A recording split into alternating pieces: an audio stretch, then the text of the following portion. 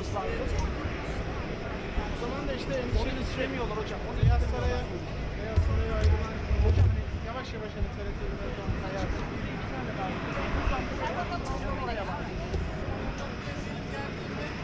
Çok da dert etmeyin ya. Kameralar nasıl olsa bu tarafa bakıyor. Trump da geçerken Cumhurbaşkanı da bakıyor.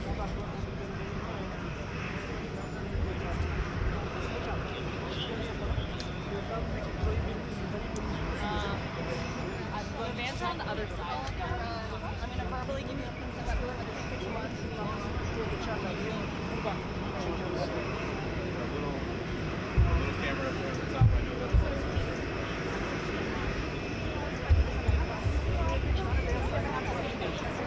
I haven't updated so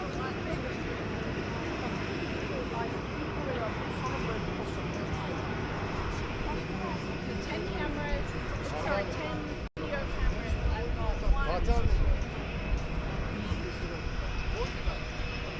One, still cameras. 14, and everyone else is done. Okay. 14. Oh, this is same. 16 press. No cover.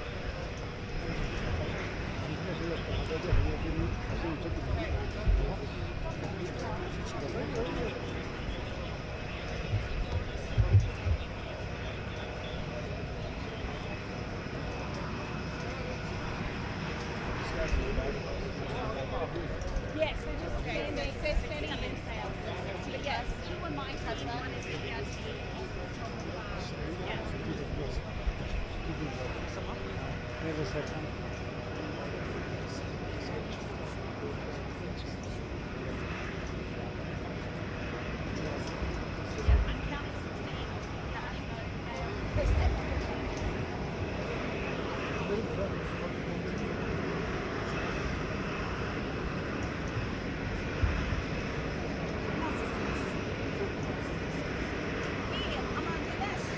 Çok sıcak güneş.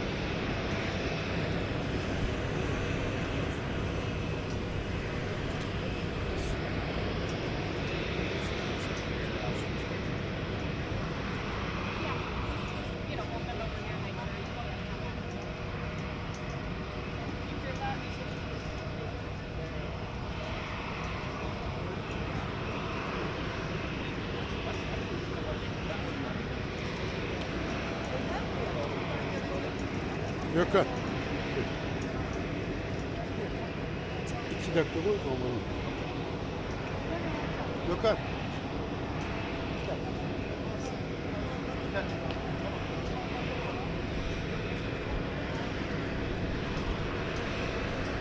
Do you know is final approach from this direction? Or the land coming this way? I believe so. Okay.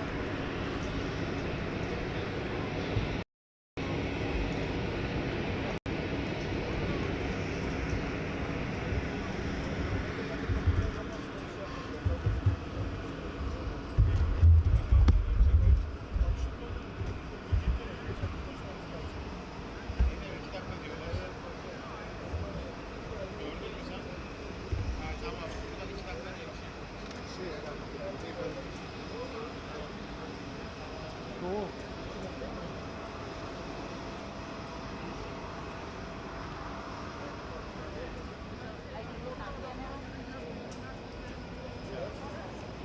No, fine. They made her get out of the way.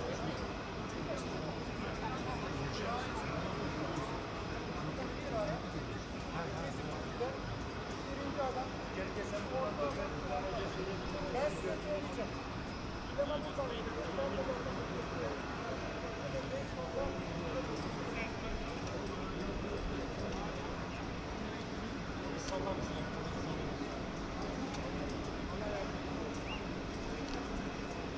can move up in like the press pen up here. Thanks about these guys. What about them? Yeah. They're fine. Just like you can stand in between them. Yeah.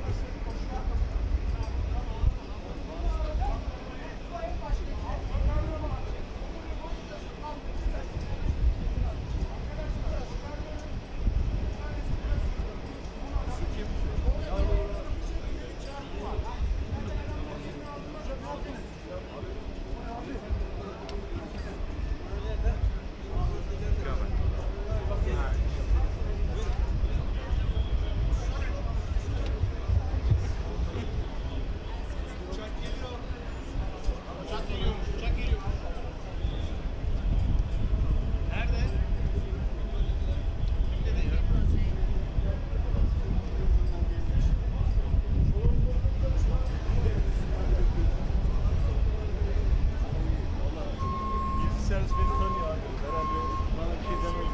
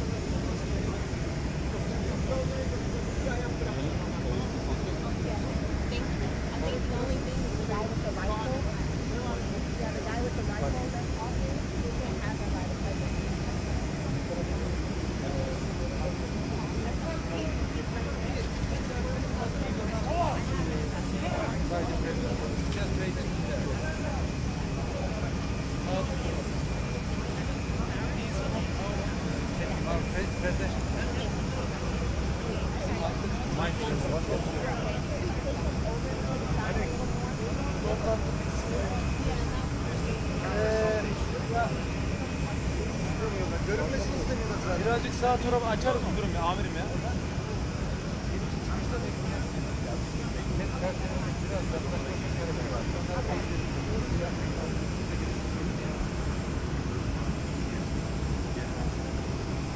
Abi silahların alınması yapıyorlar ama bunlar göstermiş. Yolda olacağız. Dedim tamam. Sen de biliyorsun. Aynen ben de aynısını dedim. Doğru mu? Yok. Tamam mı? 10 numara. Tamam mı diyor da tamam dedim. Al.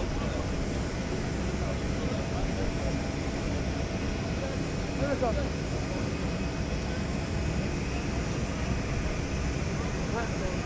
Evet, onlar bir yanlış yapmadı herhalde. Tamam abi.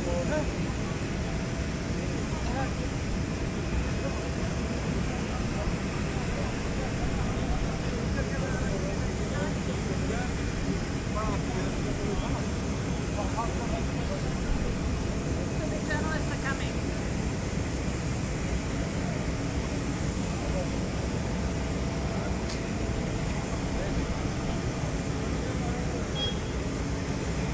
Now we can catch you.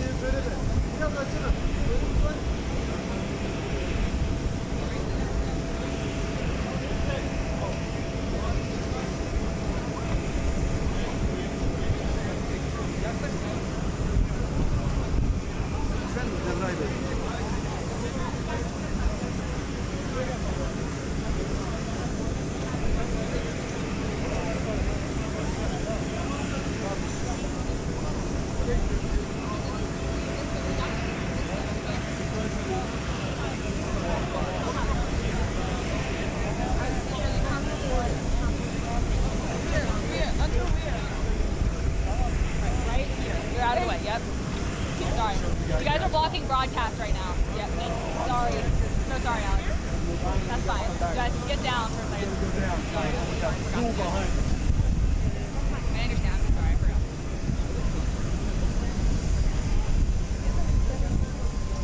Well, there's just no space right there. It's like flip the spot and then you're all your guys right there.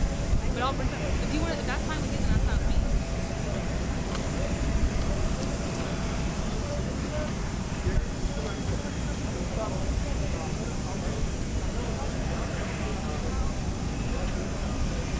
Hey guys.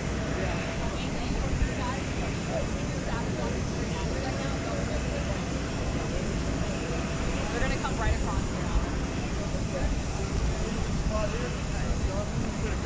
I need our yeah, we need to tell them, hey guys, can we I need y'all to back up. So we need to Sorry, Grace, can I stay here or no, they need you guys to go behind this because President Okay. It's a good thing we knew this. yeah, they just So where do you want us now? stand right here. Right here. Oh, hey, buddy. Good. How are you doing? Right here, you're fine. We're gonna move once he's out, we're gonna move back onto the carpet. We're just what's that? Yes. John, we got to come back in here. Alright. Figure out what we're doing. Yes. We'll walk out then. They just came out, they come out.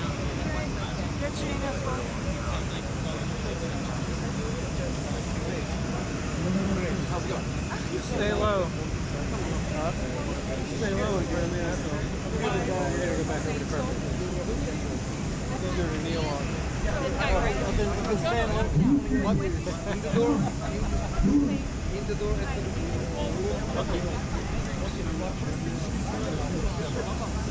Great. Can we go over together? So, what do you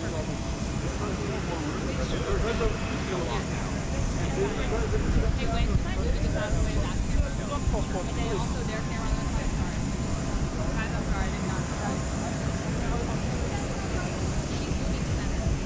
Yeah, she's staying here. This is her God. God's is in a second. Once President Erdogan comes out, we'll move back up. Yep. Sorry about the confusion. And then we can go behind the whole cameras to get there.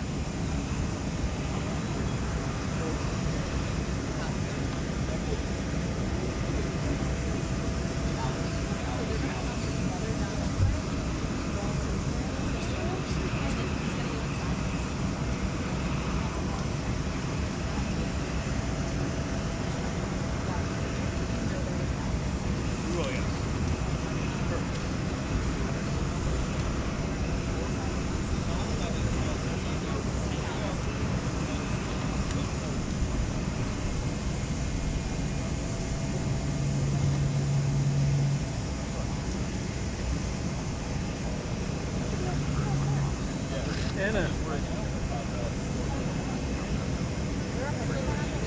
Anna, where's John? I'm here. It's this guy back there. They're Erdogan's officials. He's following me. I told them that you guys are following him. White shirt. Yeah. He's right here. Here we go. How are you?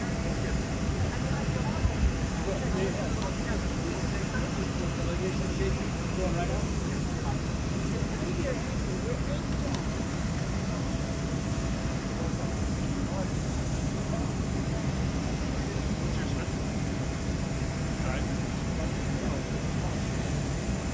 No, it's not here. You know where's John? That's what I just asked you. I don't see him. I don't hear anything. I only saw you. Gözden. Şurada bir adım geriye gitmelerini rica edebilir miyiz? Bir adım. Çok.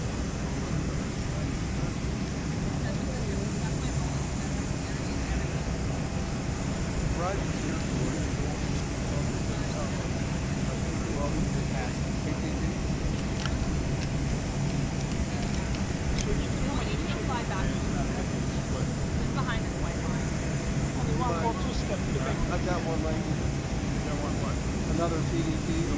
Yeah. It's in the big pocket, not the little.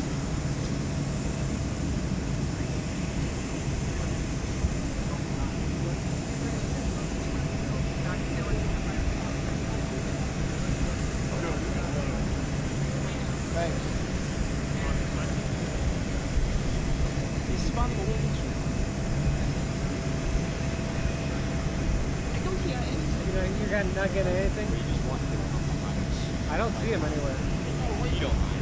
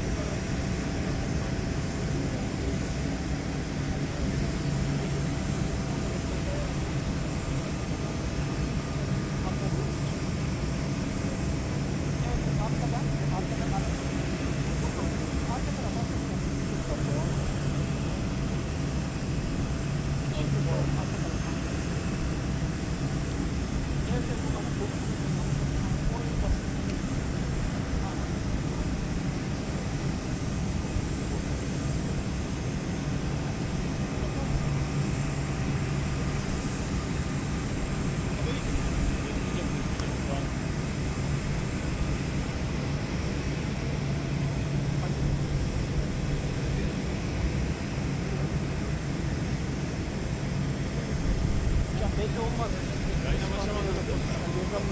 Kuralım yine.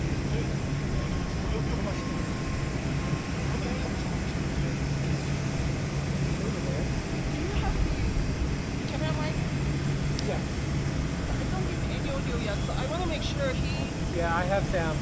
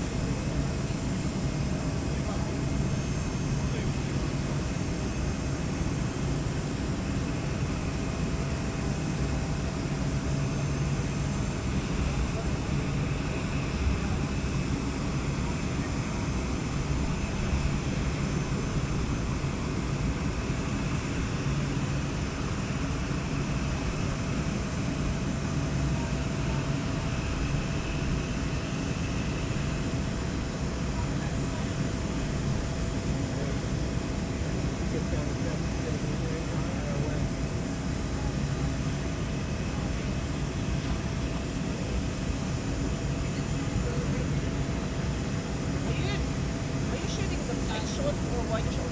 What's that? Are you shooting the wide shot or tight shot? I'm tighter. Okay. Maybe I'll do a little wider. Okay. Because I'm cutting your head on. Okay. And then when I move, I'll go tighter. And I'll go wide. Okay. Kind of. Yeah, yeah. Wide-ish. I'm not going. Okay. Not that one. Right? No, I like my screen.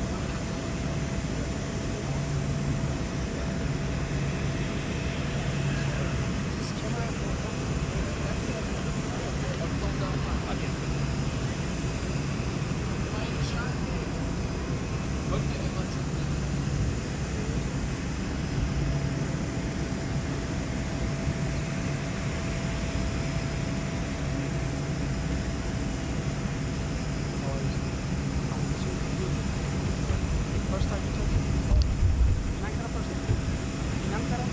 First time? Oh, yeah. Different president. How many do you, how many do you, how many is rated? How many do you put? 7. Oh, well. This is my first time. Oh, it is? Welcome. Thank you.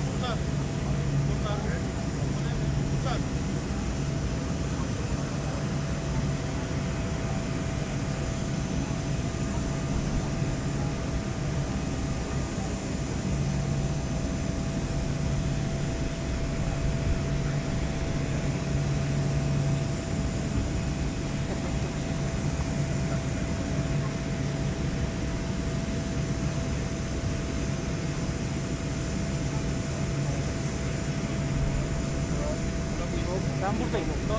Bana mı şey?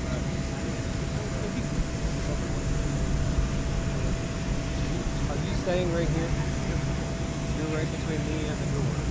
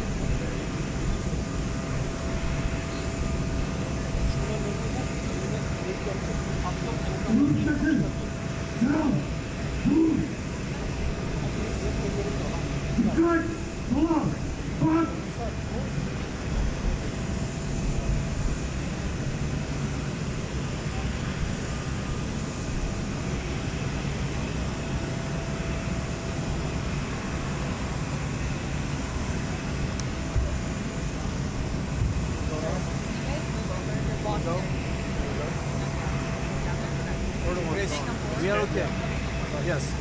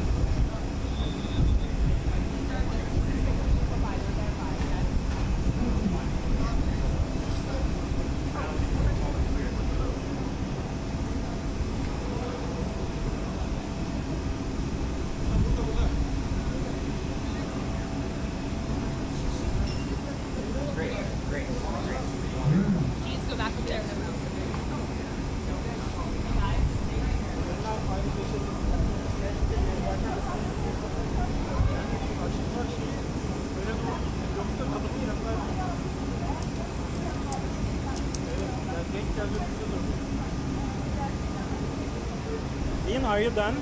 Or do you need some more time? Araçlar geldi buraya, araçlar. Araba. I think I'm setting for dönüyorum ben.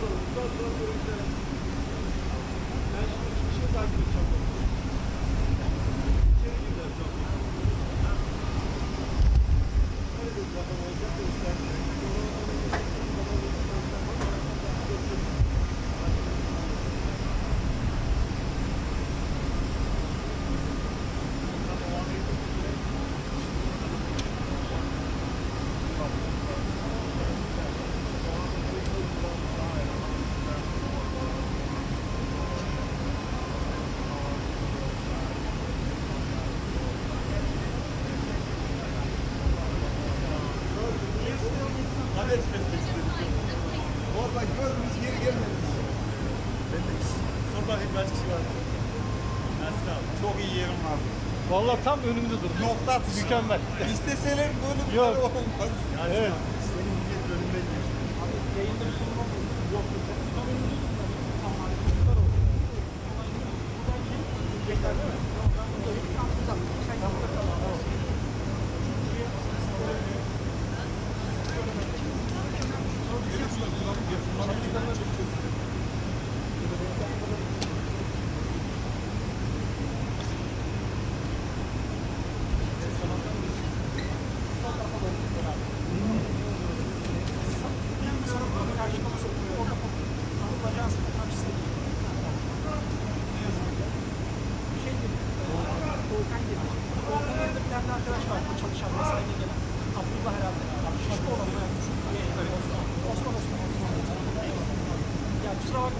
Ben detay çalışıyorum zaten. Sıcaktan nasıl ifade edeceğimizi şaşırdım. Sakız çiğneyen şoför ve Amerika bayrağı. Onlar abi normal.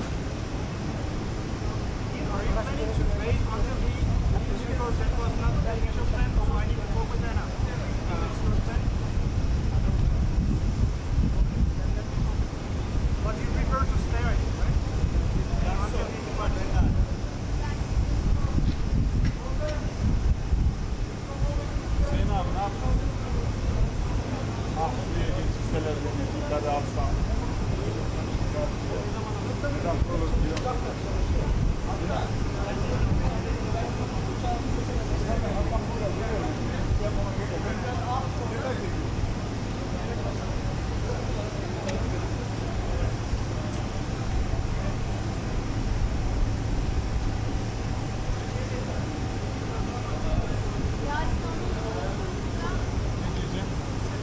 Milliye'ye mi gidiyordun?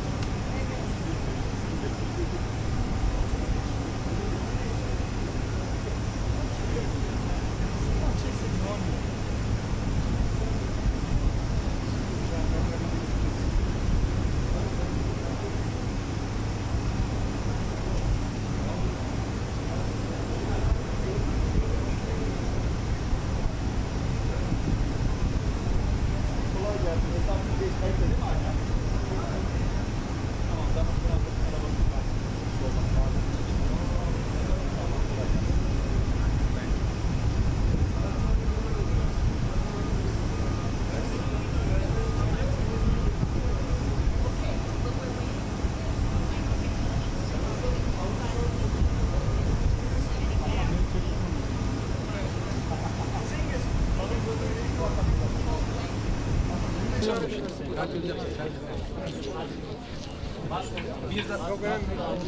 Bir tarafta Türk Silahlı Kuvvetleri Onur Kıtası, bir tarafta Osmanlı.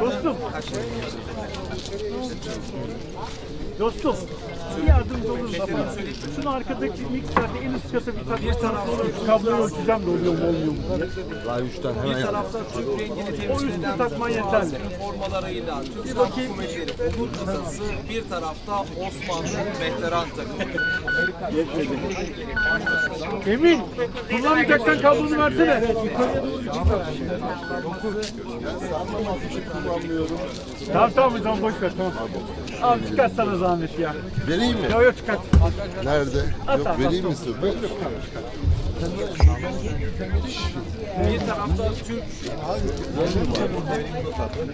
bir tarafta Türk'ü temsil eden bazı renkleriyle Türk Silahlı Kuvvetleri Umur kıtası, bir tarafta Osmanlı hükümetleri.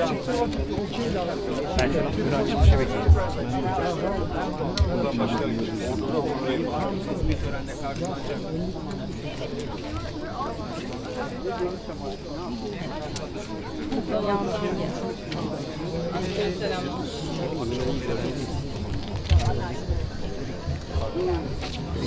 Merhaba, askere bakın.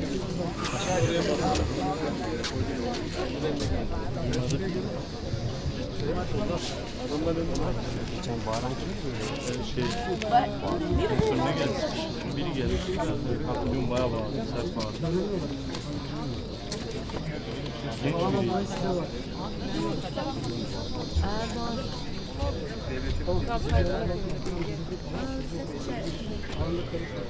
Tamam zaten orada havaalanı.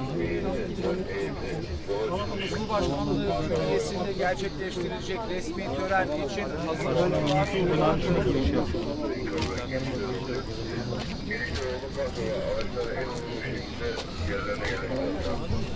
Cumhurbaşkanlığı külliyesinde gerçekleştirilecek resmi tören için hazırlıklar da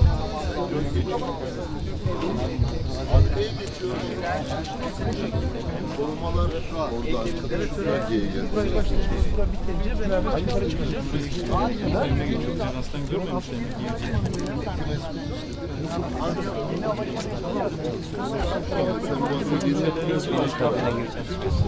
anons çekiyorum şimdi. İşte Türk devletleri var. Kamera ve mikrofonla gelir misin? Ne var soru? Kamera ve mikrofonla gelir misin? Tripodu getirmene gerek yok. Cumhurbaşkanlığı külliyesinde gerçekleştirilecek resmi tören için hazırlıklar da tamamlandı. Çok bir şey var. Muazzamlıktan geçecek ve 16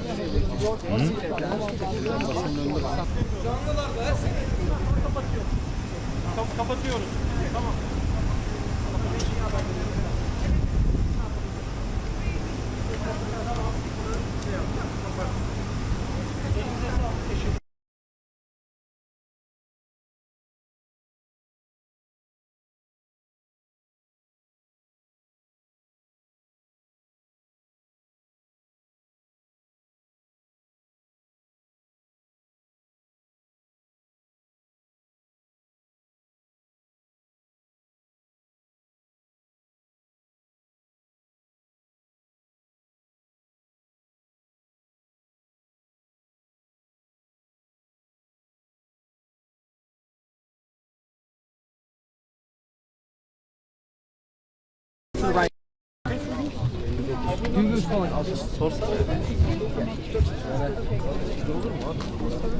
Riley, you need a translator, I can help. Bunlara sorun var. Yanlış anladım. Can I put this in your...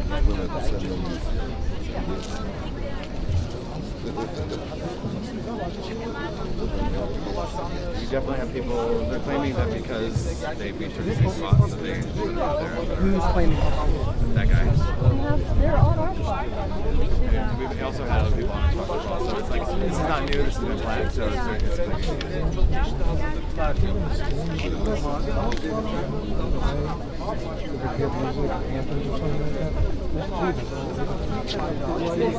Yeah, I know. We didn't know the chip. We didn't know. Ne yapıyor lan Çağdaş? I mean, they would have to keep the jib low. Kıra kadar şimdi vermiyorlarmış. Ben buraya benzer çıkmış. Kırın oraya gidip Ya muhabbet var.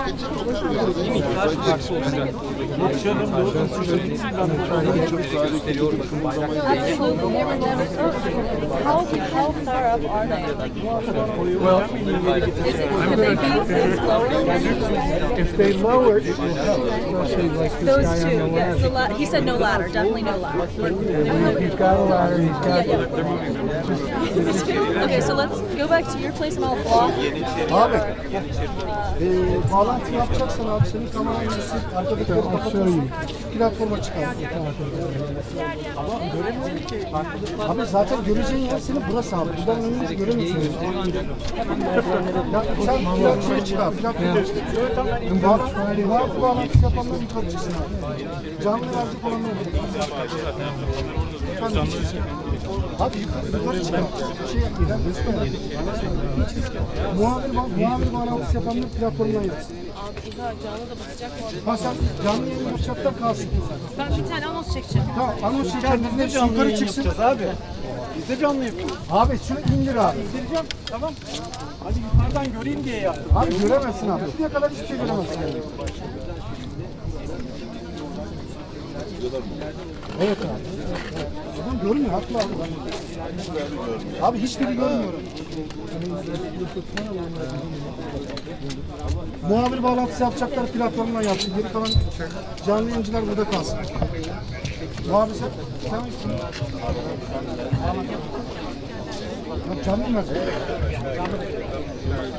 Muhabir gitmiş. Tamam. Muhabir bağlantısı yapacaksanız yukarı. Abi indir abi bu kamerayı. Herkesin şeyini indir.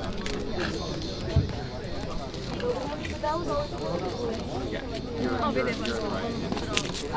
Beştepe'ye gelmesine dakikalar kaldı. Tüm hazırlıklar tamamlandı. Haklı Türkiye'de abi. Abi adamlar haklı yani. Adamlara bir şey demiyor. Yani zaten göremiyoruz. Yani normalde abi siz ilk defa görüyorsunuz. Bunu normalde buradan çekeceksiniz abi. Bizim böyle bir uygulamamız yok abi. Tamam. Bizim böyle bir uygulamamız yok. Bizim burada şeyimiz yok abi. Ben de şuradaydım aslında. Bir tek öne gidince geldim. Sadece bak sizin orada 2 tane kameranız var abi. O şu gittiği kamera kim abi? Reuters AP. Bak sizin Reuters'la AP abi. Şeye çıkıp alabilirsiniz. Zaten frekans verdik abi. ABD Başkanı Donald Trump. ABD Başkanı. Tamam. Tamam. O zaman abi herkes çıkıyor. Herkes yukarı abi. Hadi talimatlar. Lütfen oraya alalım. Burada size alalım.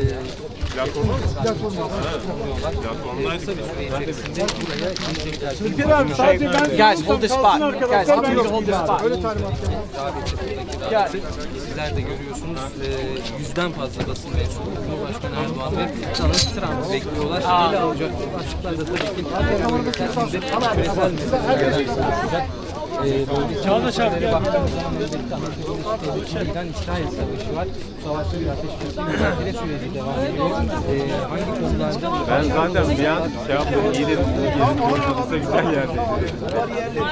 Şey yapalım. Tamam abi. Birazdan yayın isteyecekler çünkü. Açalım. Bariyerleri çekeceğiz bu tarafa. Bu tarafa gelin abi. Sen de gel. Ama başlamadan önce Şu anda geliyorlar şeyler. Süreçte sürdürüyor. Başka önemli kritik noktada Ukrayna-Rusya savaşı bir NATO zirvesi gerçekleşiyor başkent Ankara'da. NATO'nun odaklandığı yoğunlaşma var. Bu başlık Orhan abi gönderiyor abi. arkadaşlar bu bariyerleri buradan alıyoruz. Çanta kimin abi? Alsın. oğlum sen az önce Şöyle çekeceksin. kadını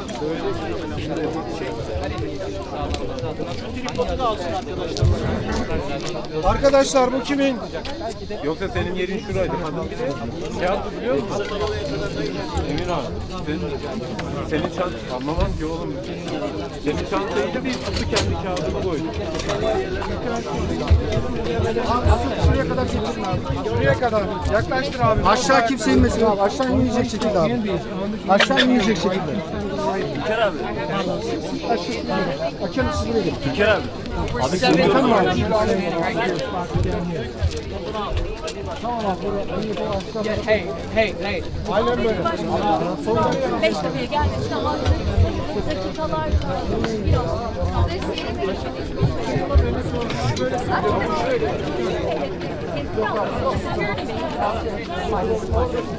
Sığmıyoruz abi ne yapalım?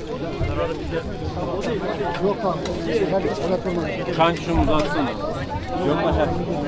Bu mu? Abi burada bırakıyor mu? Tamam, şimdi inebilirsiniz. Yerler değişti. Abi kameramanlar yukarı çıksın. Ya çık, nereye çıkıyorsan çık. Yukarı çıkın abi. Kameramanlar yukarı çıksın. Ya Türkiye sığınıyor. Artık yapacak bir şey yok.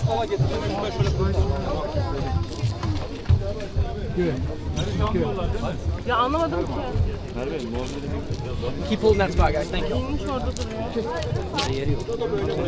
We're gonna come in through the back. So as long as there's a path clear, we are gonna need to step down and be able to hop through. So I'm gonna pull this out.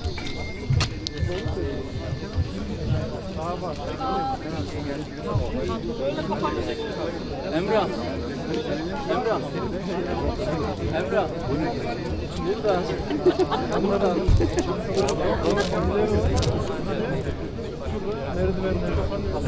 Hey Riley.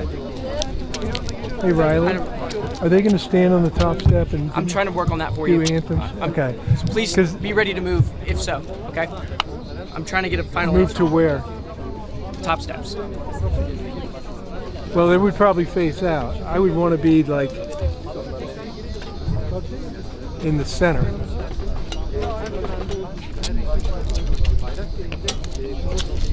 I mean, I can get it from here as long as that jib stays out of the way. I know. Let me just. Okay.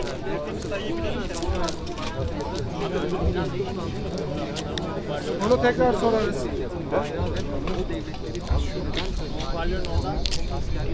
Merdivene sıralandığını görüyoruz. Bizden normalde uniformla giyen askerlerin tören alanında. The thing is, Riley, Elizabeth, hey, y'all hold that, please.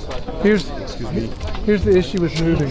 Networks are going to be taking me live, and they won't know. I know. them. I'm talking about prior. I'm just waiting on an answer. I see. Yeniçeriler buradalar. Yeniçeriler topçulardan oluşuyor, tebecilerden oluşuyor, yakıcılardan, tebecilerden ve serden geçişlilerden oluşuyor.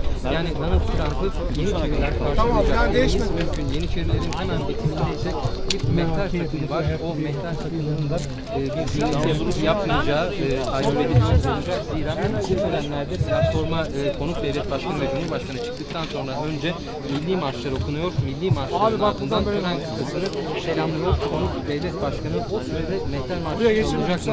Nasıl bir tören akışı gerçekleşecek? Bizler de burada takip ediyor olacağız. Bu soruların hepsine cevap veriyor olacağız.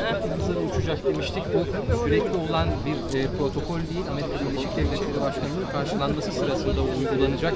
Benim de yaklaşık 7 yıllık Cumhurbaşkanlığı muhabirliği tecrübem boyunca ilk kez şahit olacağım bir nokta olarak kayıtlara geçecek elbette. Gözler Trump ve Erdoğan'ın Cumhurbaşkanlığı külliyesine gelmelerine çevrilmiş durumda.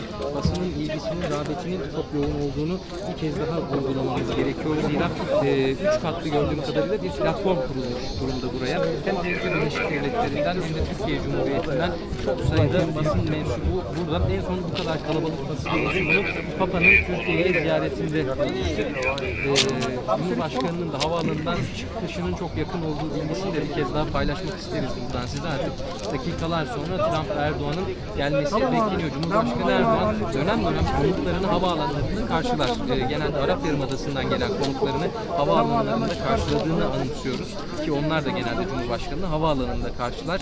Bu kez Cumhurbaşkanı Erdoğan havaalanında Amerika Birleşik Devletleri Başkanı'nı karşılıyor. Bu önemli, için önemli. Çünkü Trump Erdoğan sayesinde geliyorum vurgusunu sık sık yapmıştı. NATO zirvesine katılımı konusunda negatif olduğunu, hatta nötr olduğunu tahmin ediyorduk, biliyorduk dünya kamuoyunda. Ancak Cumhurbaşkanı Erdoğan'ın ev sahibi olması ve davetin doğrudan ondan gelmesi dolayısıyla kendisinin bizzat katıldığının altını çizmemiz gerekiyor ve Amerika Birleşik Devletleri'nden gelen bu açıklamaların ardından Cumhurbaşkanı Erdoğan'da konuğunun yeni açılışı yapılan, geçtiğimiz ay açılışı yapılan havaalanında karşıladı. Trump uçaktan indi. There's a Turkish flag on one side, and on the other side there's an American flag, but I can't even see the flag. It's right by that column.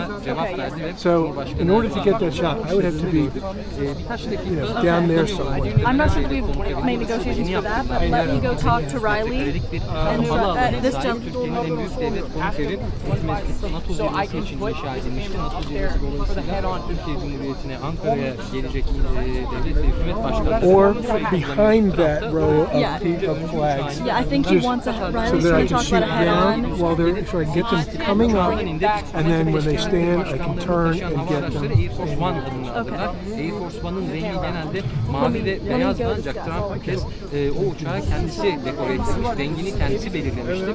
Alışıla gelmiş olandan farklı kırmızı tonlarda, lacivert tonlarda bir Air Force One gördük ve Donald Trump'ı taşıyacak olan The Beast ya da servismanın söylediği adıyla Cadillac One adı verilen araçta yine onu hazır bekliyordum. Bakalım Cumhurbaşkanı Erdoğan ve konu beraber gelecekler mi? Aynı araca binecekler mi? Bu soru önemli. Buradaki protokol, Türkiye Cumhuriyeti'ndeki protokol şöyle işliyor. Cumhurbaşkanı Erdoğan konuğuna bir araç tahsis ediyor. Tahsis edilen o araçla buraya geliyor. Bakın hemen sağ tarafta bir platformun üzerine TRT7'de çıktı. Milli İstihbarat Teşkilatı Başkanı İbrahim Kalın'ı, sol tarafında Hazine ve Maliye Bakanı yanlış görmüyorsam Mehmet Şimşek'i ve ortada da Milli Savunma Bakanı Yaşar Güler'i görüyoruz. Bu isimler ikili görüşmenin yanına gelecekler. İkili görüşmede Cumhurbaşkanı Erdoğan'a eşlik edecekler. Bunu ifade etmemiz gerekiyor tabii ki. Genelkurmay Başkanı'nın da keza yine burada olduğunu ifade etmek gerekiyor.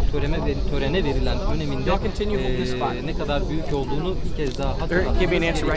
Burada İstihbarat Teşkilatı Başkanı İbrahim Kalın, Savunma Bakanı Yaşar Güler ve Hazine Mehmet Şimşek burada olacak. Bu isimler niçin önemli?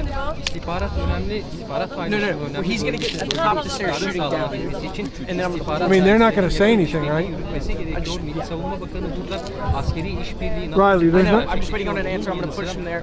They're not going to say anything, are they? No, it's just ayrıca silahlı kuvvetlerinin güç kabiliyetlerinin artırılması için hava kuvvetlerinin ihtiyacı olan belki F-35 sürecinde gelinen son durum ne olacak? Türkiye'nin bir F-16 talebi vardı. O talepte gelinen son durum bu başlıkları Yaşar Güler'in de hem muhatabıyla ele almasını bekliyoruz hem de ihtiyaç halinde Cumhurbaşkanı'nın Amerika Birleşik Devletleri Başkanı'nın kurmaylarına bu konuda dönmesi gerekiyor. Bu dönüşlere dair de açıklamalarda bulunacaklarını bekliyoruz. O toplantı sırasında Hazine ve Maliye Bakanı Mehmet Şimşek burada ekonomik ilişkiler konuşulacak muhakkak.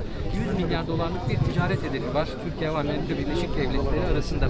Hali hazırda 40 milyar dolara yakın bir çerçevede ilerliyor Türkiye'nin Amerika Birleşik Devletleri ile ticareti, ancak bunun artırılabilmesi adına 100 milyar dolarlık hedefe ulaşılabilmesi adına hangi ek adımlar atılabilir? Bu sorunun cevabı önemli. Hazine ve Maliye Bakanlığı'nda burada olduğundan hareketle konunun özellikle maliye boyutunun da, ekonomi boyutunun da, ticaret boyutunun da ele alınacağını tahmin ediyoruz elbette. Bu kritik görüşmede artık hazırlıklar Cumhurbaşkanlığı Külliyesi'nde tamam. Cumhurbaşkanlığı Külliyesi'nde gerçekleşen önemli bir törene tanık olacağız. Biz en son 2009 yılında bir Amerika Birleşik Devletleri Başkanı Türkiye Cumhuriyeti'ne resmi ziyaret yapmıştı. Bu resmi ziyaretten sonra bir kez daha Donald Trump geliyor. En son Obama gelmişti. Trump'ın ilk döneminde gelmemişti. Biden bir ziyarette bulunmamıştı Türkiye'ye. İkinci döneminde Donald Trump Türkiye Cumhuriyeti'ne bir ziyarette bulunuyor. Resmi ziyaretin üzerinden 17 yıl geçti. Obama 2015'te G20 için gelmişti ancak bir resmi ziyaret kapsamında değildi bu. Bu bilgiyi de burada hatırlatmamız gerekiyor. 21 tane top atışı yapılacaktır bu törende. Zira A-tipi karşılamaların hemen hemen hepsinde biz bu top atışlarını görüyoruz. Konuğun şerefine yapılan top atışlarını. Amerika Birleşik Devletleri Başkanı için de benzer bir sürecin işletileceğini aktarmamız mümkün. Tören düzeni biraz farklı.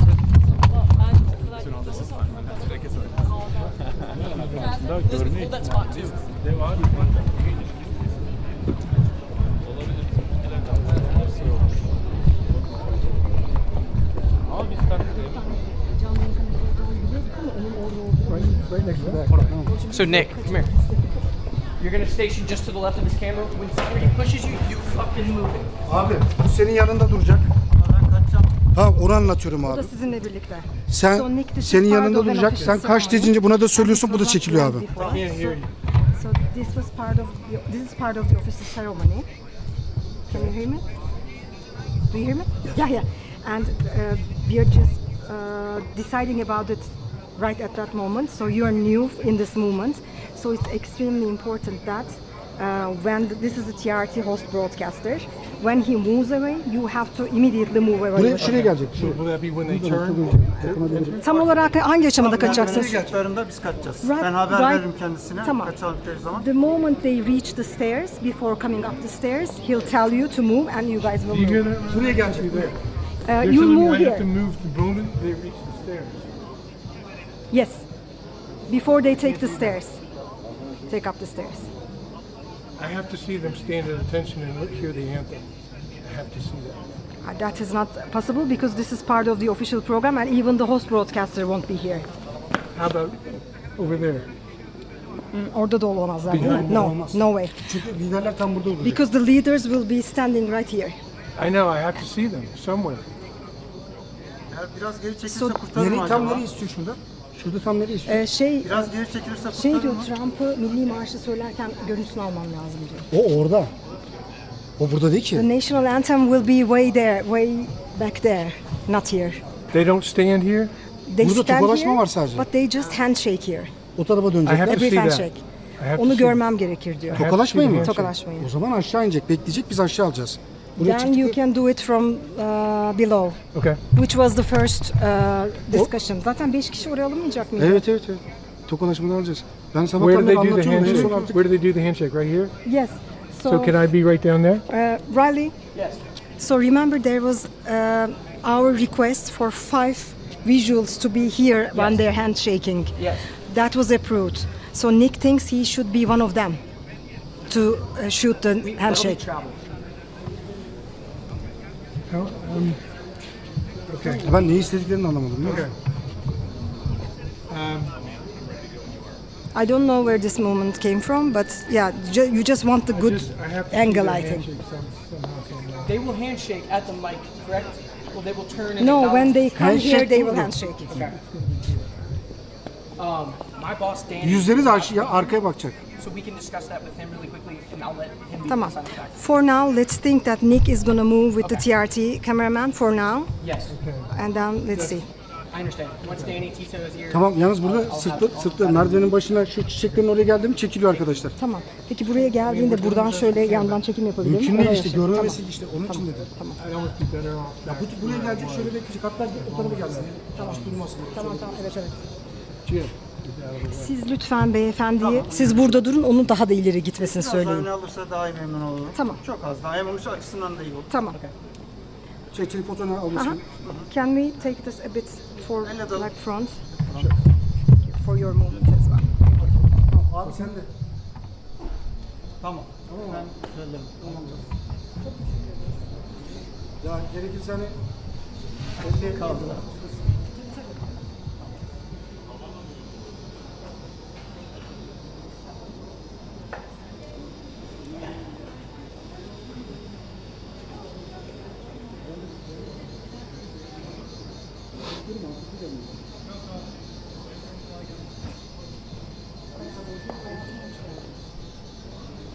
Yanıma bak gördüğün gibi 4000 televizyonların birini aldı arkadaşlar.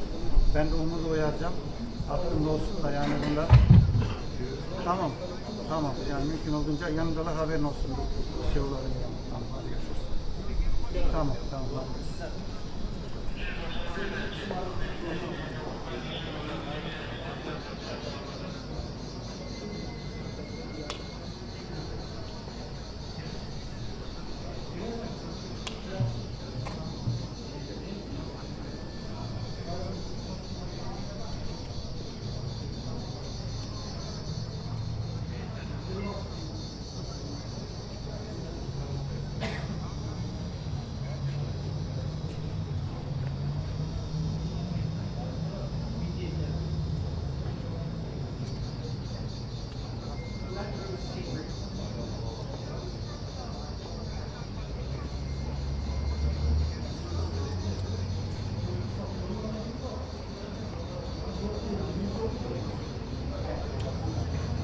Right, I gotta move back.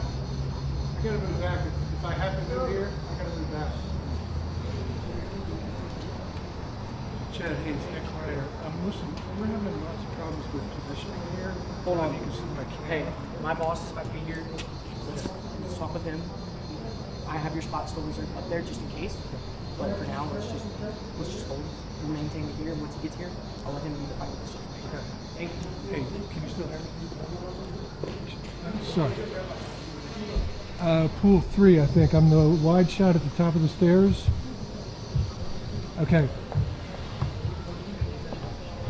Yeah, okay, so look, they moved me, and now what they're telling me is when they come for the handshake, I have to leave before they do the handshake, and I keep telling them I can't do that. And there's a whole negotiation going on here.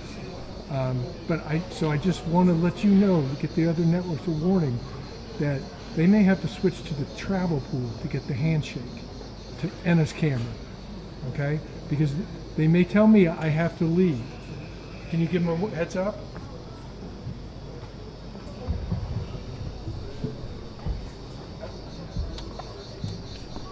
Okay. Hareket oldu galiba. Yo, araca geçildi, hareket oldu. Araca geçilmiyordu en son.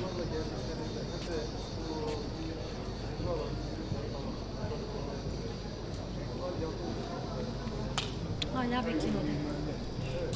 Hala bekliyorum. Beyefendi. Beyefendi içeriden çıkacak.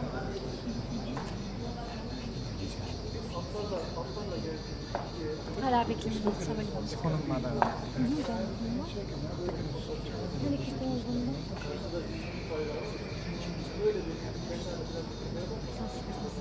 Çıkış oldu. Şimdi oldu.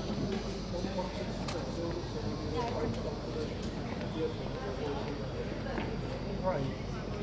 Most of the time they're using networks, they're going to be taking a lot. Komutanım, hareket oldu.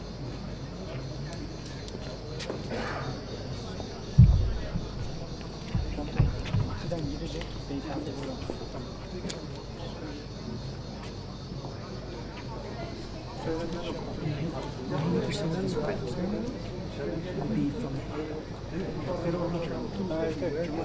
We will hold from our position on the council.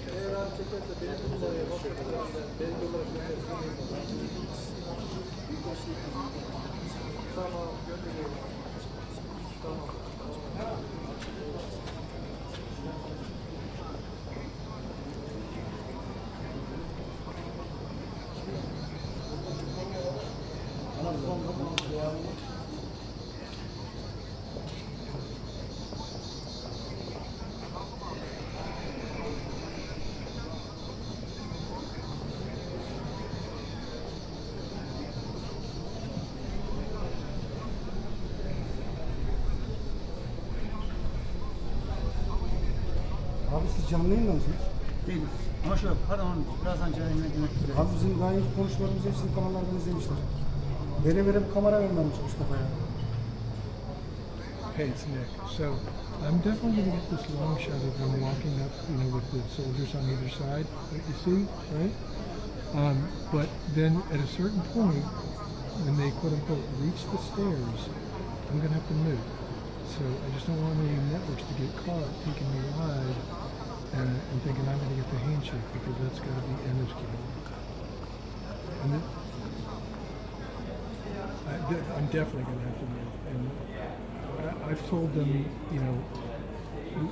there's been a whole argument, negotiation. It's been very difficult.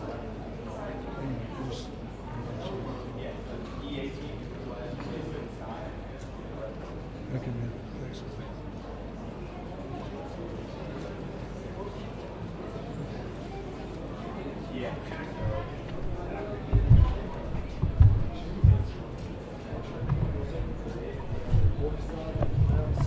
Bizden dursun istedik.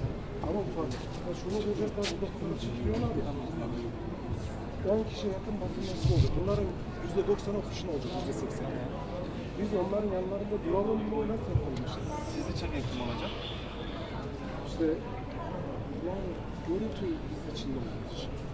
Görüntü. Sizi çeken olmayacak. Ondan yukarıya çekmeyecek. Çekecek. Oraya geldiler ya. Şimdi mesela 3-4 adım sağımız Sağımız. Tamam şimdi. Tamam. Çok fazla oynayamayalım. Kıyafetler yeni. Sıkıntı çıkıyor.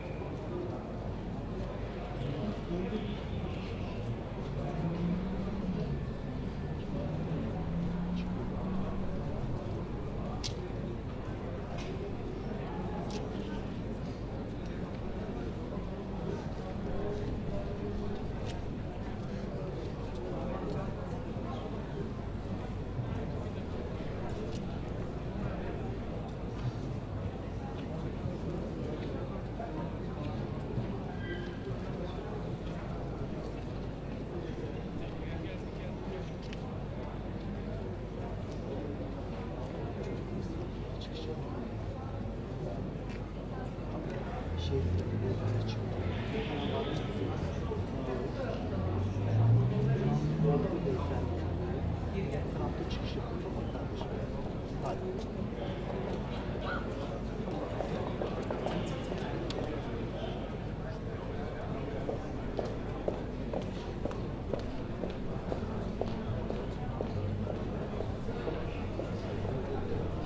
Arkadaşlar misafir havalimanından çıktı.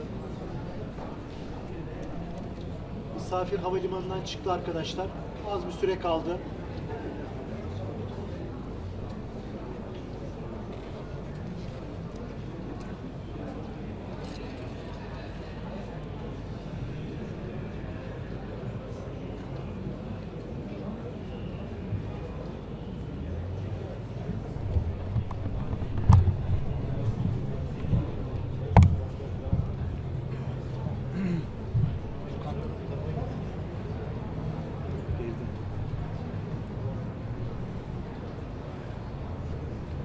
Biraz bekleyelim sonra şey yaparız.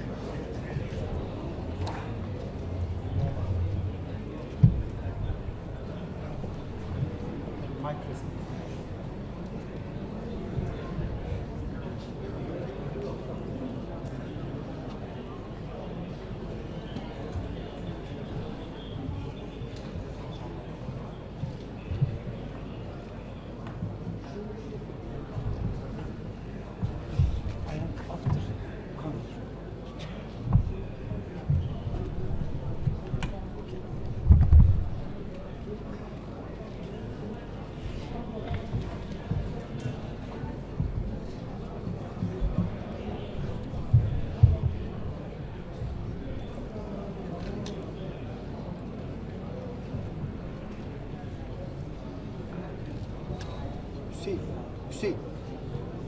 Beyefendi giriş yaptı mı? Değil mi? Girdi beyefendi. Trump çıkış yaptı, haberi geldi. Tamam.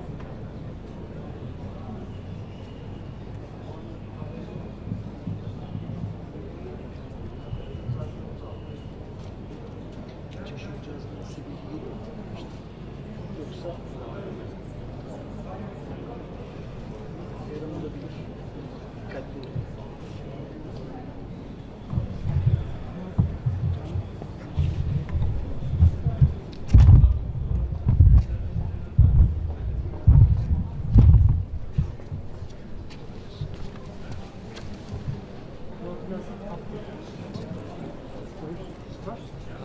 İyi bağır. İyi bağır. İkinci hala. İkinci halada indiriyorsun. Bastım indirelim. Alta geçelim. Bence.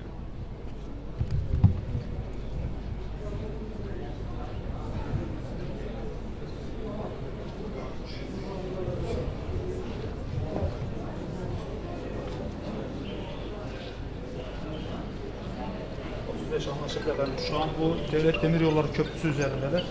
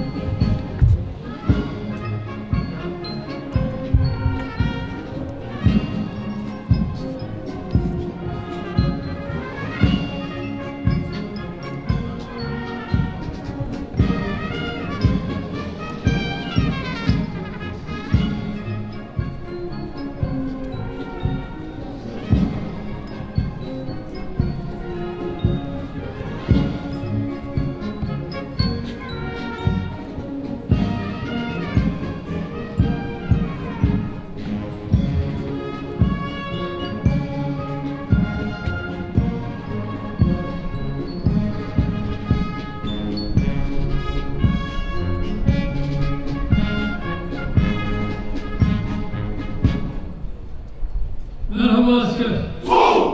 Nasılsınız? Sol. Sizler de sağ olun.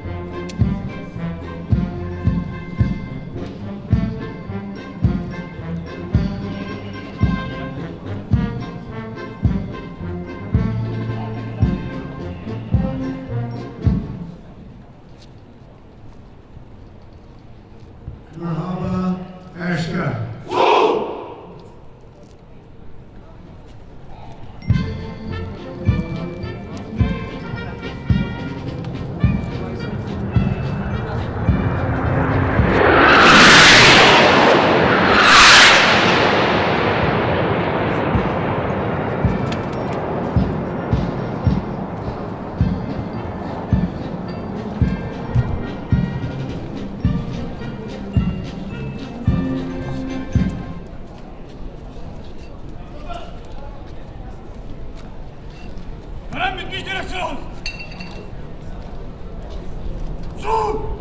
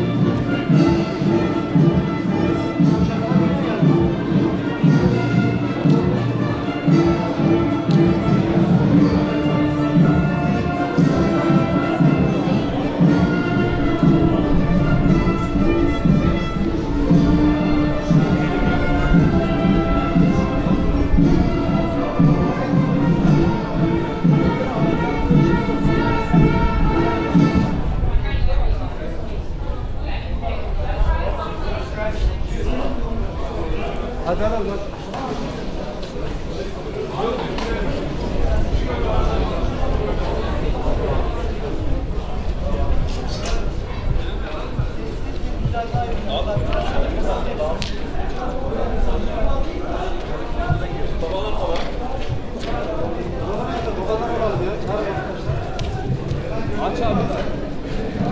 Abi.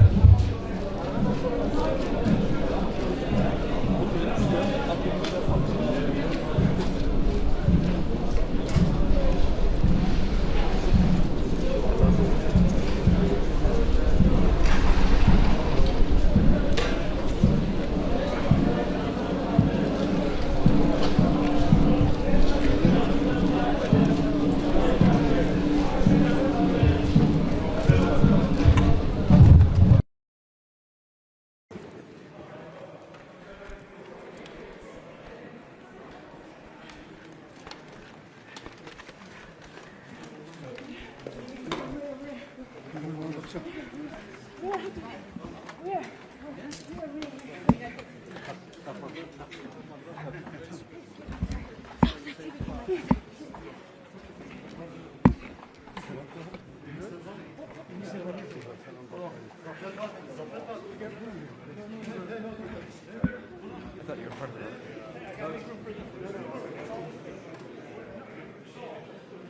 all due respect, you need to be quiet.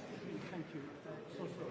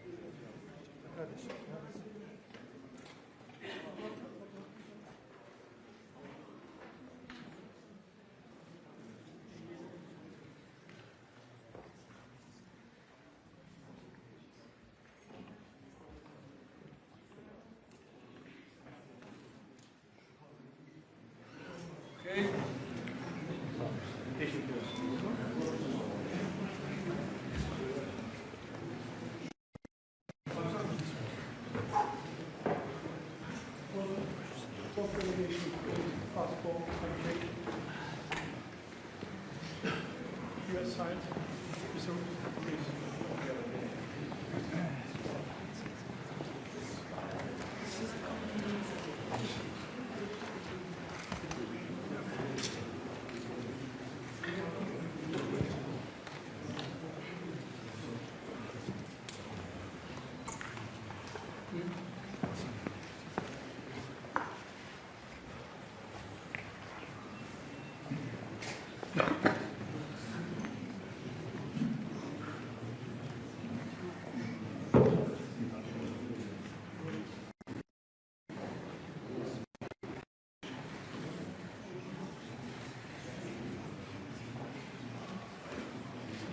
Welcome, Mr. President.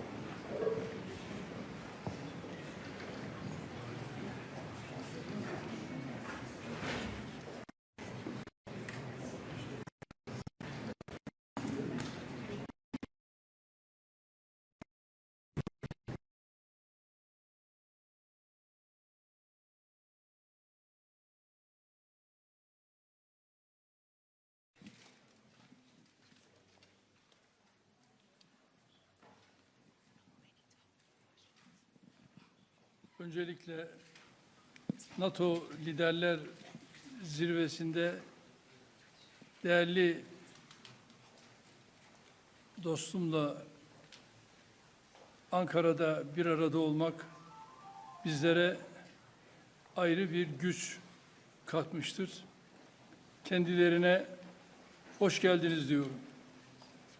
First here, on the occasion of the NATO summit, I would like to welcome my valuable friend, Mr. President Trump, who has participated here today with us and added strength to the summit that we are convening for. Ve bu ziyaretin ne kadar önemli olduğunu özellikle ifade etmek istiyorum. And I would like to express how important this summit is that we are here gathering for. NATO Liderler Zirvesi'nin bugün Ankara'da yapılıyor olması ve tüm liderlerin şu anda ülkemizde bir araya gelmesi, yarın değerli dostum Sayın Trump'la birlikte olması bizlere ayrı bir güç katacaktır. The fact that we are convening here today for the NATO Ankara summit and that all the leaders are arriving and tomorrow with the presence of President Trump, which will be adding might and strength to our summit. Kendilerine tekrar hoş geldiniz diyor. Once again, I would like to say welcome, Mr. President. Well, I want to thank you very much. As everybody knows, it's been very much reported. We are great friends. The President has done an incredible job just landing at the airport, to see such a beautiful airport, and to have a building named after me. I was very happy about that. That was very nice. The airport is absolutely beautiful. The roads coming in were brand new and beautiful. And you've been a great leader and a respected leader all over the world. And we really do. We've had right from the beginning good chemistry. We've had a very special relationship. Turkey has become, under the president, a very powerful country militarily. People don't know how powerful, actually. They have a lot of our equipment, and they have a lot of great soldiers, and they're really somebody to be reckoned with. And the nice part is that because of the relationship that we have, it's all gone very well. I just want to say that I have a lot of respect for the president, and I think it's really to the benefit of both countries. We're going to be talking today about trade. We're going to be talking about other things having to do with the military, lots of different things. Probably we'll mention Iran, where we have essentially decimated their military. They cannot have a nuclear weapon. And we're going to have some very good discussions. But we do a lot of trade with Turkey. We make great things, and they make great things, and we've had it's had a very big impact on both of our countries. So I just want to tell you that it's an honor to be with you, and we're going to have a lot of good meetings. We're going to have good dinners, good food. We're going to have a good time, but mostly we're going to have a lot of work, and we're going to do good things for our countries. Thank you very much, Mr. President. Thank you. Sayın Cumhurbaşkanım, havaalanına kadar geldiniz. Çok teşekkür ederiz o yüzden. Çok uzun süren bir dostluğumuz var biliyorsunuz. Son derece saygı duyduğum, yakın bulduğum bir insansınız. Buradaki buluşmalarımızda, görüşmelerimizde 3 konudan bahsedeceğiz. Askeri, ticari ve bir de İran konusundan bahsedeceğiz. Gerçekten çok güçlüsünüz. Çok güçlü askeri ve silah sanayi açısından çok güçlü bir yerdesiniz şu anda. Dolayısıyla teşekkür ediyorum ve çok iyi bir vakit geçirdiğinize inanıyorum. Thank you. Very much. Okay. Mr. President, are you going to sell F-35s to Turkey, and what about the legal restrictions? Well, it's a decision we're going to make. We have a very good relationship. I would think that many people, I can tell you, many people, including the people sitting right here, thinks, why wouldn't we do that? We have a better relationship with Turkey, and Turkey's been in many ways much more loyal than other countries that we think would be loyal. So, yeah, it's something certainly we would consider. It's a great plane. It's the best, currently the best plane by far. And it's certainly something we will consider, yeah. Yes, Daniel, please.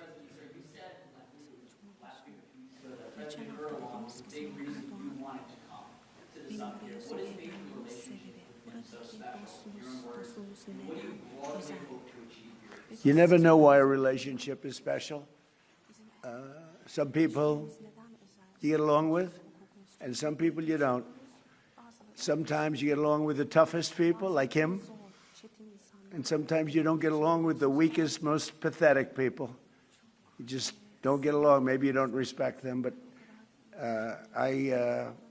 from the day we met, we got along. We had a pastor, as I remember, his name was Pastor Brunson, and it was a very big thing, and it was very traumatic. He was sentenced to a long-term prison sentence, and I felt he was innocent, and I called.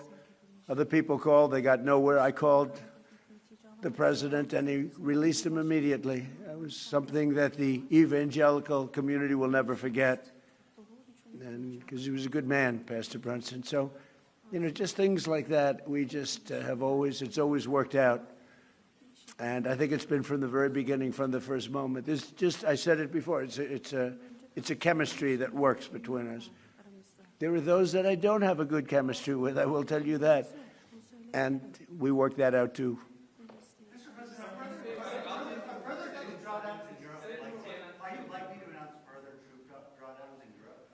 Say it? Are further troop drawdowns in Europe likely? And are you satisfied with the progress that NATO allies have made? Well, we're going to see. I was very disappointed with NATO.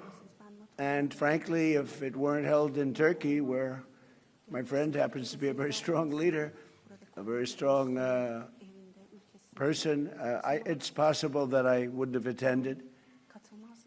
I felt I had to attend because of the fact that, I know he's gone all out. It was a big thing to have NATO come to Turkey or any place else. It's a big thing. But we weren't treated well because we did something in Iran.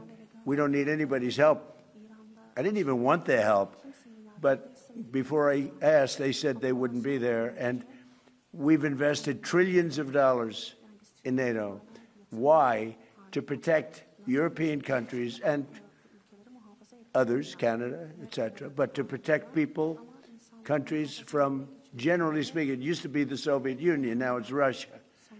And I say that's fine, but you would think that they'd be very willing to do something to help us, and they really weren't. In the case of the United Kingdom, the Prime Minister, I guess he's no longer there, maybe because of this. It was a very unpopular thing he did. He said, no, we'll help after the war is over. I said, I don't need that kind of help. We didn't need any help at all. And in a way, I was testing people. I was testing to see whether or not they'd be there, because I've long said that we helped them, but I'm not sure that they'd be there for us. And Italy turned us down, and Germany turned us down, and France turned us down. And it's okay. But, why are we spending hundreds of billions of dollars and they're not there for us? We've always been there for them.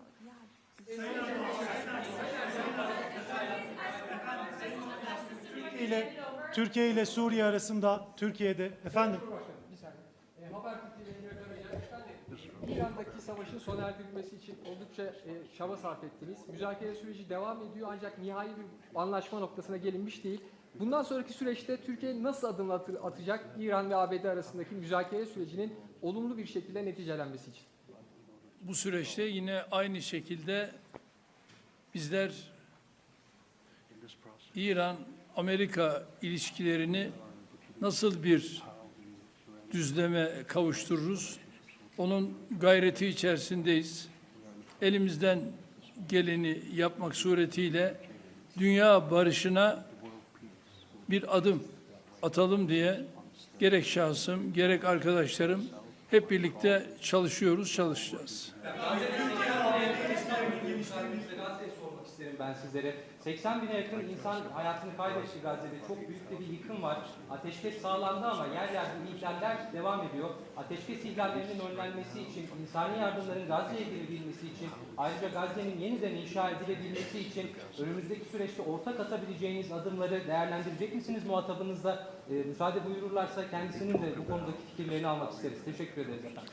Özellikle Gazze konusunda tabii değerli dostumla bunları da konuşarak özellikle bu bölgedeki barışı sağlama için bu liderler zirvesini çok önemsiyoruz ve bu liderler zirvesinden aynı şekilde bir kararın çıkmasını da hayra yorumluyoruz ve bunun olabileceğine de ben ihtimal veriyorum. Efendim, Türkiye-ABD ilişkilerinin geliştiği bir dönemi gözlemliyoruz. 2025 yılında geçen yıl Amerika Birleşik Devletleri'ne yaptığınız ziyarette önemli ticari anlaşmalar da imzalandı. Suriye konusunda Türkiye'nin önemli bir aktör olduğunu söylemişti Sayın ABD Başkanı. Şimdi yeni dönemde gelmeden önce de Sayın Trump bir sürprizle geliyorum ifadesini kullandı. F-35'i, Kaan savaş uçaklarının motorlarını konuştuk. Acaba gündeme gelebilir mi şeklinde. Siz bu sürprizin ne olduğunu düşünüyorsunuz? Türkiye bugünkü görüşmelerden sonra istediğini alabilecek mi? Teşekkür ederim. Tabii F-35 konusu biliyorsunuz bizim için yeni bir konu değil. Ve bunu bizler Amerika ile daha önce de görüştük. Ve biz 5 uçağı da sözünü aldık ve Sayın Trump'ın bu konuda bize ayrıca sözü var ve şimdi de bu liderler zirvesinde yapacağımız görüşmelerde F-35 ile ilgili kendilerinden bu daha önce aldığımız sözün ben geleceğe yönelik olumlu şekilde test ettiğimizi biliyorum ve bu konuda da Sayın Trump her zaman sözünün arkasındadır. Burada yine inşallah F-35 konusunda bu liderler zirvesinden hayırlı bir karar çıkacağına inanıyorum.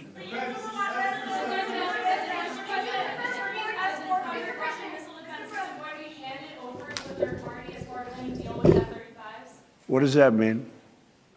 Is it going to be handed over to a third party? Is that not part of the deal? Third party? What is the third, with respect to what?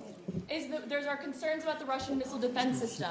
Do you have those concerns about this system? Are they going I to have no to... concerns at all about anything. I mean, he's a leader of a country that he's made a much better country, much more powerful country, and you see it. I mean, it's beautiful. You get off, the roads are beautiful. It's an amazing thing. Now, I have no concerns about anything having to do with Turkey. The relationship, I would say the relationship with Turkey right now is better probably than it's ever been. It was good in my first 4 years, but I think now it's probably even better than that, if that's possible.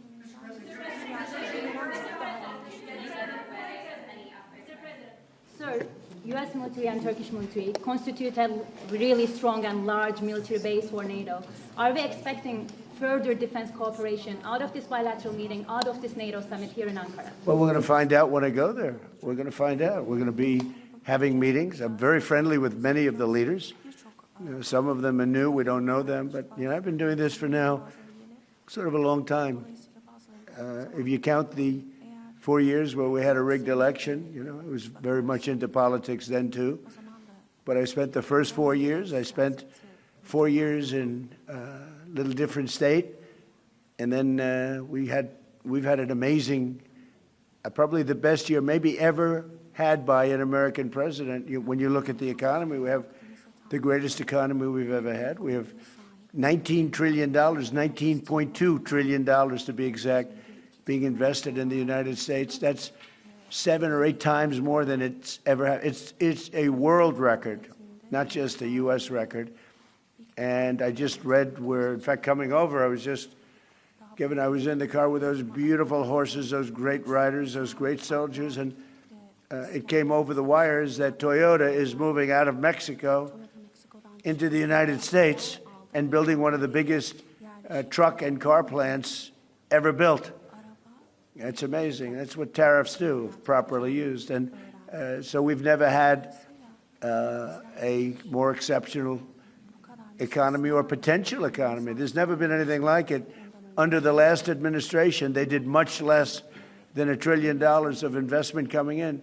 And we're at $19.2 trillion in actually the first 12 months, because that's where it's, you know, really, so we're there a year and a half, so that number is now substantially higher. But 19.2 trillion, Scott, for a period of 12 months. Nobody's ever seen anything like that. So we have by far the greatest economy. We have more jobs right now in the United States than ever before.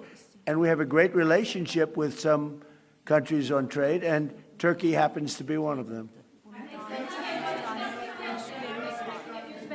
Sayın Cumhurbaşkanım, siz her fırsatta dünya 5'ten büyüktür, daha adil bir dünya mümkün tutuyorsunuz. Bugün konuğumuz Sayın Trump, ABD Başkanı, onun da zaman zaman küresel sistemin mevcut durumuna ilişkin eleştirilerini biliyoruz. NATO'nun 2 en büyük askeri gücü olarak bu noktada, bu eleştiriler doğrultusunda ortak bir adım, ortak bir girişimde bulunması önümüzdeki süreçte söz konusu olabilir mi? NATO'da 2 önemli ülke olarak gerek Amerika gerekse Türkiye, bizler bu liderler zirvesinden de dayanışma içerisinde güçlü bir çıkışı sağlayacağız ve bunu da başaracağımıza inanıyorum.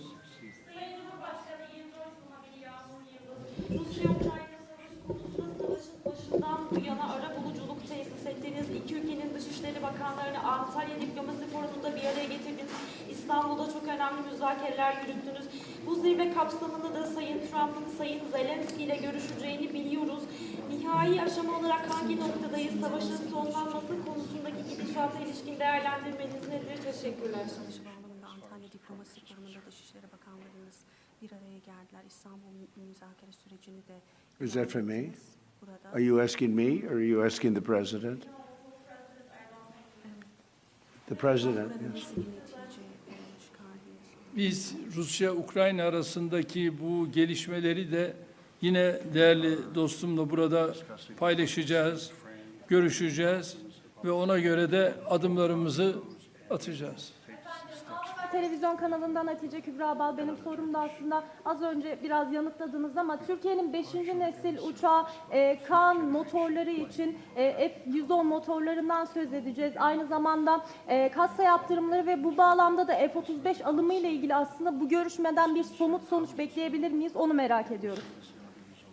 Ben bunu daha önce değerli dostumla görüştüm ve Kaan'la ilgili onun motorları noktasında bu liderler zirvesinde bu görüşmeyi değerli dostumla tekrar bir araya geldik.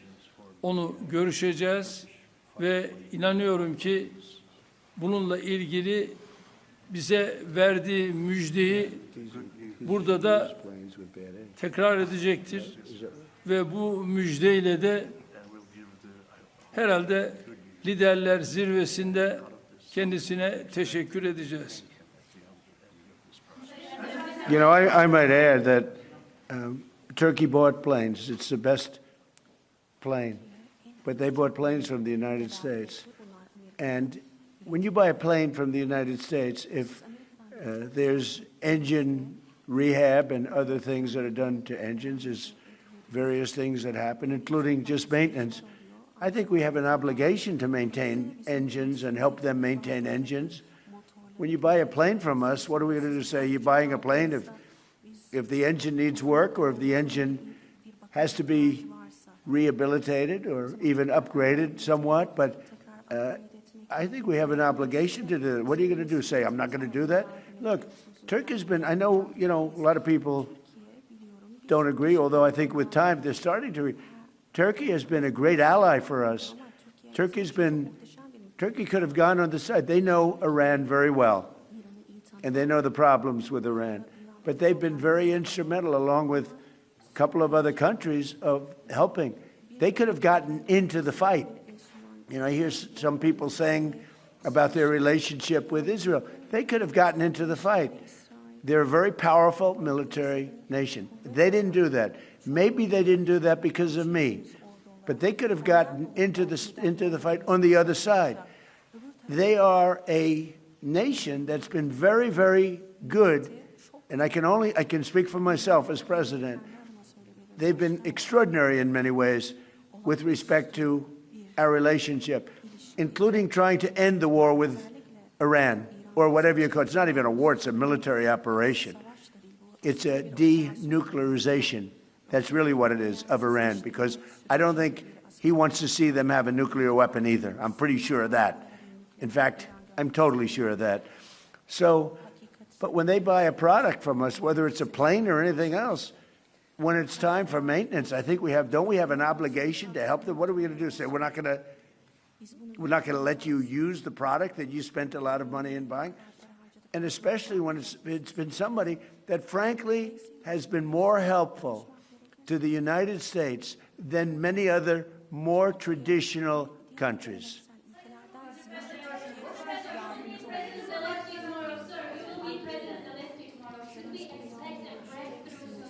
I do. I had a very good talk with President Putin, who, by the way, has a lot of respect for President Erdogan, a lot of respect for him. We had a long talk yesterday. It lasted a long time, and I also spoke with President Zelensky right after that. I think they both want to make a deal. It's too bad it took so long, but I think there's going to be something's going to come out, and the president's also helping us with that. But I think there's something. I settled 8 wars, and I think we're going to be settling a 9th. It doesn't seem likely now, but sometimes with war, I see when it's least likely, that's when it happens. I had a very good talk with President Putin. I had a very good talk with, I would say, as a combination. A lot of times I'd do well with Putin and Zelensky would be a problem, or vice versa. Zelensky would be great and Putin would be. They both want to get it settled now. More than that, that's all I do in my life is deals. I know deals. And I think we're going to get it settled, hopefully soon. Last month, 35,000, mostly soldiers, died. The month before that, it was 24,000. The month before that, it was 27,000. And the month before that, it was 29,000. But last month, it was 35,000 young soldiers, mostly soldiers, died. And that's crazy.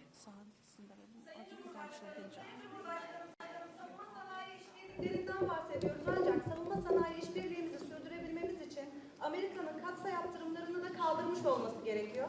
Sayın Büyükelçi Barak burada.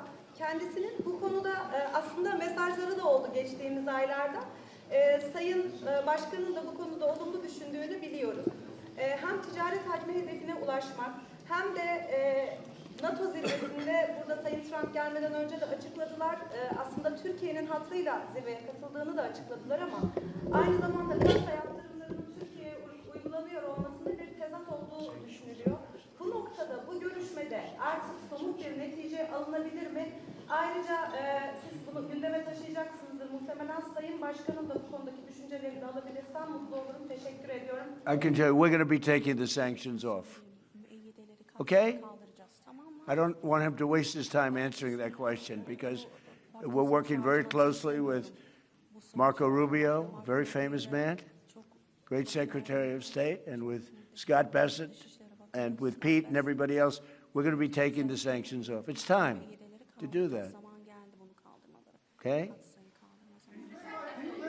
We don't want to sanction friends. It's very simple. There's plenty of people we can sanction, and we are sanctioned. We don't want to sanction friends. And because of the president, you know, we have a very good relationship with the new leader of Syria, and he's done an amazing job. In a year and a half, he's pulled the whole country together. And I have a very great relationship with him. And somebody said, well, he's pretty rough to put him there. I approved him along with the president. We were the two that really wanted him. And he's done a great job. He's done a great job. He's pulled it together. Not an easy job. Post yesterday with respect to Prime Minister Maloney, that True Social post with the restraining order. Oh, I don't know. I think she's a nice person, actually.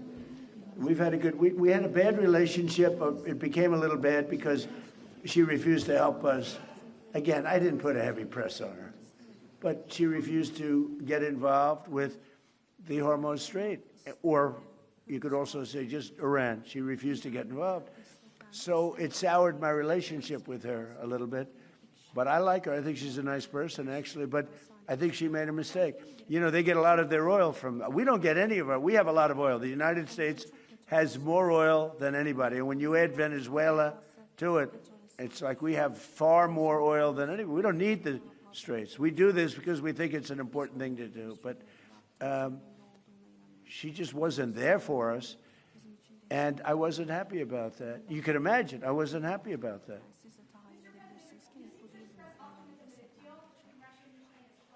Why do you think that? What conditions have changed? Did Putin seem... About with what? Russia-Ukraine. Did Putin seem open to any concessions that he Never had? changed. I just don't want him killing people. You know, it doesn't affect the United States. When Biden was here, he gave them hundreds of billions of dollars worth of equipment. Now I sell the equipment for, you know, fair price, the full price. And I sell it not to Ukraine, I sell it to the European Union. They pay us. But with me, it's not anything to do other than I'd like to save lives. You have 25, 35, 30. One time it hit 41,000 a month souls. They're dead. They leave their mother in Ukraine. They leave their mother and father in Russia, Ukraine. They wave goodbye. And a week later, they're dead. It's crazy.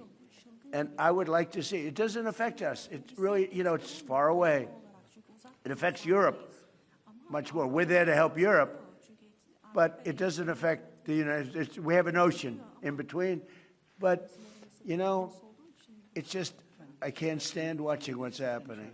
I've seen the pictures of those battlefields, and it's a drone war. It's a war of drones. It's a whole new technology, and we're actually the leader in drones now. We have the most sophisticated drones, but people wouldn't believe how violent it is. And I've seen the battlefields. They send me pictures. I actually want to say, don't send them to me. Pete, this man right here sends me pictures. Pete Hegseth. And I said, Pete, you know what? Doesn't help to look. I've never seen anything like it. It's carnage. And it should stop. Open to any concessions to end the war? Did we open to any concessions to end the war in your coalition? I get along very well with both, and we're going to get it settled. And President Erdogan's helping us get it settled, as he's helping with Iran.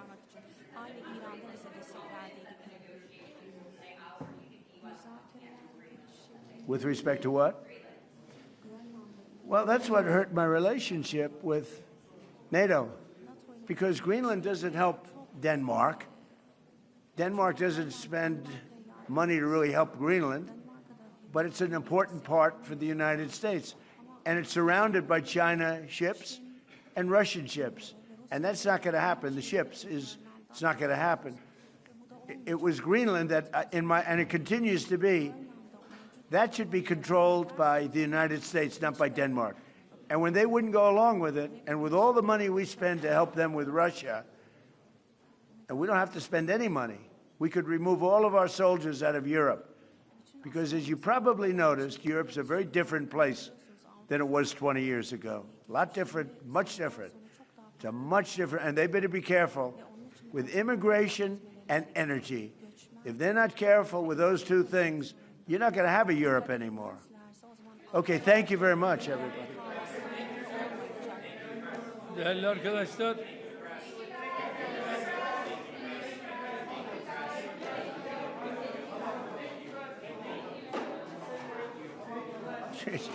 One thing, it's amazing. It's amazing. Harika gerçekten. İnanılmaz bir şey yani.